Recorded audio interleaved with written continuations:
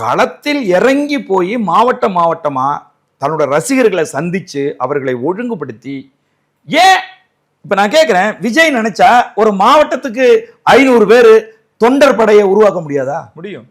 ஏன் உருவாக்கல? ஏன் அறிவிப்பு செய்யல? கரூர் மாவட்டத்துக்கு நான் வர்றேன், கரூர் மாவட்டத்தை சேர்ந்தவர்கள் மட்டும்தான் வரணும், நான் ஒவ்வொரு ஊருக்கும் மாவட்டத்துக்கு நான் வருவேன், அந்தந்த மாவட்டத்தை சேர்ந்தவர்கள் மட்டும்தான் வரணும். ரைட்டு, மேலே ஏறி பேசுறீங்க, மேலே ஏறி பேசுறீங்க, மரங்கள்ல ஏறி மரங்கள் ஒடிஞ்சு விழுந்துதான் ஒரு அம்மா ஒரு கை குழந்தையும் இறந்துருக்கு.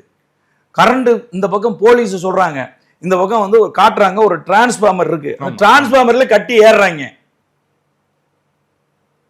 காவல்துறை சொல்லுது ஏன் அந்த ரவுண்டானாவுல கொடுக்கலன்னு பிஜேபி காரங்க வரைக்கும் கேள்வி கேட்டுட்டு இருக்காங்க.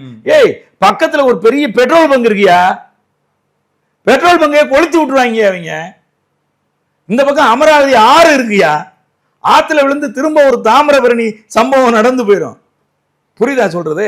காவல்துறை நாளை அப்புறம் இதை கொடுத்திருந்தாங்க, அந்த பெட்ரோல் பங்க்ல ஏதோ ஒரு பிரச்சனை ஆகி போச்சு, ஆத்துக்குள்ள விழுந்து பல பேர் செத்து போயிட்டா என்ன சொல்லுவாங்க, வேணும்னே இந்த இடத்த ஏன் கொடுத்தீங்க, அவங்க கேட்டிருப்பாங்க நீங்க ஏன் கொடுத்தீங்கன்னு. அதனால இந்த துயர சம்பவம் என்பது இனி ஒருபோதும் இந்தியாவில் நடக்கக்கூடாது.